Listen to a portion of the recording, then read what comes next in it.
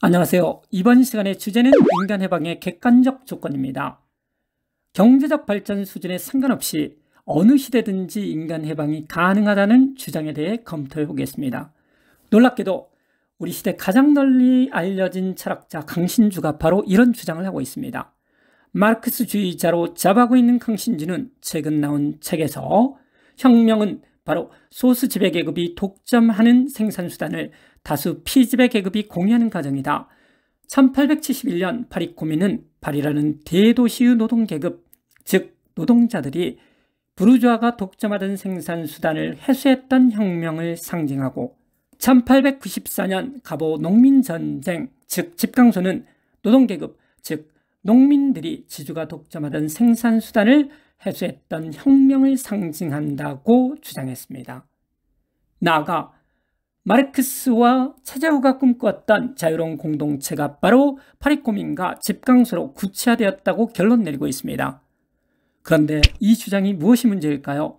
한마디로 강신주는 혁명의 객관적 조건, 즉 경제발전 수준을 무시하고 있습니다. 그 결과 근대적인 노동자 계급과 전근대 농민 계급의 차이에 대해서 전혀 주목하고 있지 않습니다. 오히려 이러한 차이를 강조하는 주장들에 대해 우리 지성계의 고질적인 낙후성 혹은 해묵은 사대주의라고 비난하고 있을 정도입니다. 1894년 마르크스가 살아있었다면, 그리고 가보농민전쟁과 집강소를 보았다면 그는 파리코민이 주었던 것 이상의 감동을 받았을 것입니다. 생산력 여부에 상관없이, 경제발전 수준에 상관없이 언제든지 인간사회의 이념은 일체의 유보 조건 없이 실현 가능하다는 걸 확인했을 테니까 라고 정말 대담하게 주장하고 있습니다. 생산력 여부에 상관없이, 경제발전 수준에 상관없이 인간 해방이 가능하다는 주장도 그렇지만 이를 마르크스가 지지할 것이라는 생각은 더욱 놀랍습니다. 제가 이해하는 마르크스는 절대로 이런 견해에 찬성하지 않을 것 같습니다. 마르크스는 경제발전 수준에 상관없이 해방이 가능하다는 주장에 대해 공상적 사회주의라고 단호하게 비판했습니다. 공산당 선언과 그의 필생의 작업인 자본론에서 마르크스는 자본주의의 진보성에 대해 입에 침이 마르도록 말하고 있습니다. 부르주아지는 100년도 채 못 되는 계급 지배 기간 동안에 과거의 모든 세대가 만들어낸 것을 다 합친 것보다 더 많고 더 거대한 생산력을 만들어냈다고 말할 정도입니다. 그러면서 자본주의적 생산의 필연적인 과정에서 생겨난 생산수단의 집중이나 노동의 사유화는 마침내 자본주의적 외피와 조화될 수 없는 지점에 도달할 것이라고, 즉 혁명이 일어날 것이라고 주장하고 있습니다. 그리고 자본주의적 생산 과정에서 자신의 무덤을 파는 사람들인 프롤레타리아 계급이 형성될 것이라고 단언하면서 망국의 프롤레타리아여 단결하라고 외쳤습니다. 한마디로 자본주의 경제발전 과정에서 혁명의 객관적 조건인 생산의 사회화와 주체적 조건인 프롤레타리아 계급의 형성이 가능하다고 주장했습니다. 또 마르크스는 한 번도 농업사회에서 농민주도로 사회주의 혁명이 가능하다고 말한 적이 없습니다. 그런데 강신주에 따르면 자본주의 발전 과정의 필연적 결과인 생산의 사회화 없이 자유로운 공동체를 만들 수 있는데 동학농민운동의 집강소가 그 역사적 신뢰라고 주장합니다. 이런 강신주의 주장을 어떻게 봐야 할까요? 강신주가 사대주의라고 비난할 것이기 때문에 세계사에서 근대에 접어들어 농민 계급이 주도한 혁명이 성공한 사례는 단 한 건도 없다는 말을 강하게 주장하지는 않겠습니다. 다만 이번 시간에는 누가 마르크스를 더 잘 이해하고 있는가라는 것을 이론적으로 따지는 것보다 동학농민운동의 한계에 주목하는 역사적 접근을 택하겠습니다.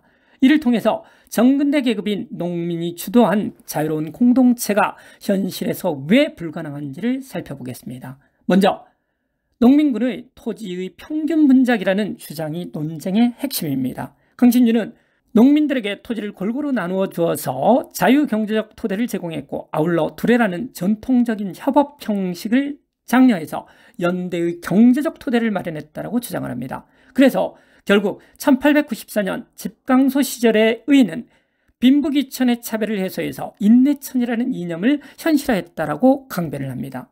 과연 그럴까요? 토지의 평균 분작을 토지를 골고루 나누어 주어서 자유의 경제적 토대를 마련했다라고 해석할 수 있을까요? 이 문구를 두고 그동안 다양한 해석이 시도되었습니다. 어떤 이들은 강신주의 주장처럼 이를 봉건적 토지 소유 관계를 근본적으로 재편하려는 혁명적 요구로 해석하기도 했습니다. 그렇지만 제 생각은 전혀 다릅니다. 토지 소유 관계를 근본적으로 변혁하려 했다고 해석할 수 없습니다. 왜냐하면 소유권 자체를 바꾸기 위해서는 국가 권력의 장악이 전제되어야 합니다. 지주 토지를 빼앗아 농민에게 분배해야 하기 때문입니다. 하지만 농민군이 전제 군주제를 부정했다고 볼 근거는 전혀 없습니다. 농민군은 봉건 권력을 인정했습니다. 농민군은 자신들이 권력을 잡기보다는 압력을 넣어 봉건 체제를 개혁하려고 했을 뿐입니다. 역사학자들은 동학농민군이 서울에 입성했다면 아마 대원군에게 권력을 잡게 했을 정도였을 거라고 추측하고 있습니다. 그러나 농민군의 이런 개혁 구상은 현실성이 거의 없었습니다. 왜냐하면 이미 조선 봉건 권력은 완전 붕괴 상태에 있었기 때문입니다. 농민군이 붕괴했을 때 봉건 국가는 자신의 힘으로 이를 진압할 수 없어 청나라와 일본군의 도움을 받아야만 할 정도였습니다. 이런 권력에게 어떤 것을 기대한다는 것은 부질없는 짓일 것입니다. 결론적으로 농민군은 전제군주제를 타도할 것을 목표로 하지 않았고 지주 권리를 대변하는 봉건 권력을 인정했습니다. 따라서 지주 토지를 빼앗아 농민에게 분배하는 구상을 했다고 볼 근거는 어디에도 없습니다. 그래서 강신주의 주장과 달리 토지의 평균 분작은 토지의 소유권의 변동이라고 볼 수 없습니다. 그렇다면 토지의 평균 분작은 어떻게 해석되어야 할까요? 토지의 평균 분작은 단어 의미 그대로 소작지를 공평하게 나누어 경작하자로 해석하는 것이 자연스럽습니다. 조선 후기 모내기법의 보급으로 한 사람이 경작할 수 있는 면적이 2배로 늘었습니다. 이른바 넓게 경작하는 광장농이 출현하게 된 것입니다. 이 결과 소작농이 절반은 소작지를 얻기 어려워졌습니다. 이렇게 모내기법의 보급으로 일부의 분홍이 생겨났으나 다른 한편으로 소작지를 얻지 못해 생계가 곤란한 다수의 농민이 출현하게 되었습니다.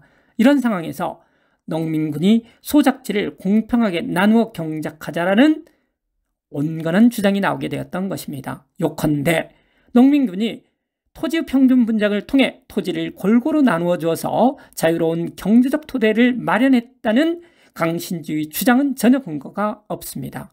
동학농민운동은 결코 봉건적 토지 소유를 부정하지 못했고 따라서 지주에게 수확량의 50%를 내는 것을 거부하지 못했습니다.